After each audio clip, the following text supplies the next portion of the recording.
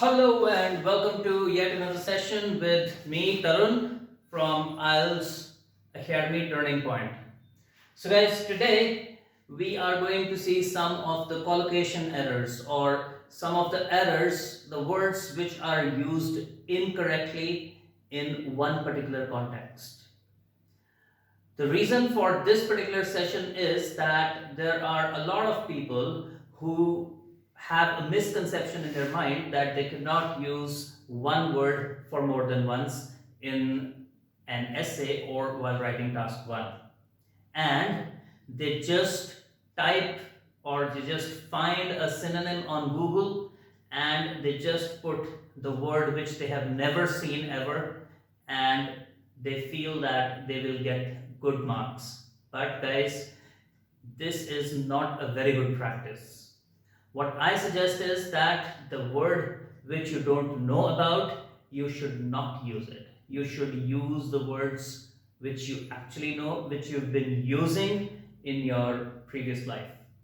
So, I have come up with some of the words which are used incorrectly, and let us take a look of them.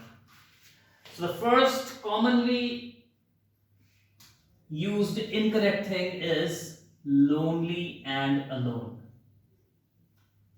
So, guys, if you try to find synonyms of lonely on Google, you will see alone as well, because in both the situations, a person is not surrounded by anyone else. He is alone. But these words cannot be used in the same context. Alone is a positive word, lonely is a negative word.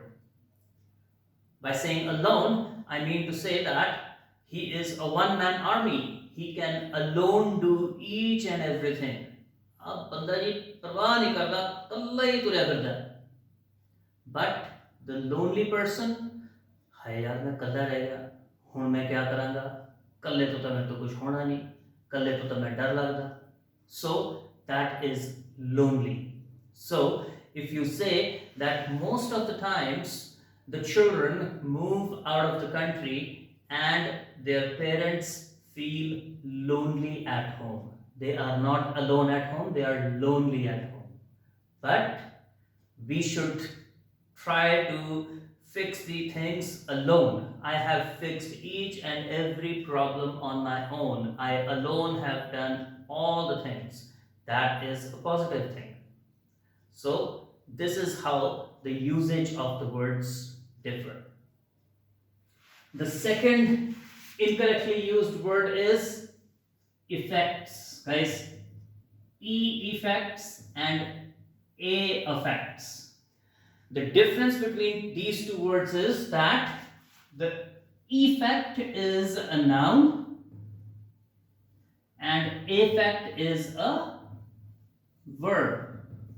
So we'll say there are lot of effects of population explosion, because here I am using effect as a noun, but population explosion is affecting us in a different way. So here I'm using it as a verb.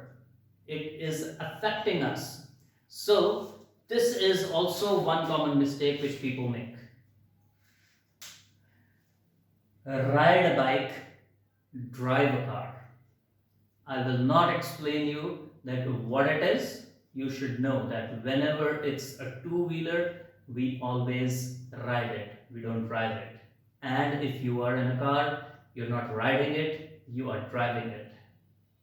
Like, we cannot drive a horse, we can only ride a horse. But riding and driving are synonyms on Google. So please make sure that you use them correctly. And the fourth incorrect thing is, guys, ozone layer. Please don't ask me that what is the reason why I have told you to do so, but whenever you will talk about ozone layer, it always is depleted. We cannot say that the ozone layer is destroyed or the ozone layer has been destructed. With ozone layer we will only use the word deplete.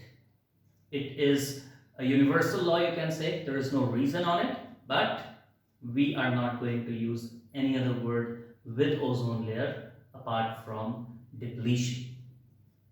Fine? Okay.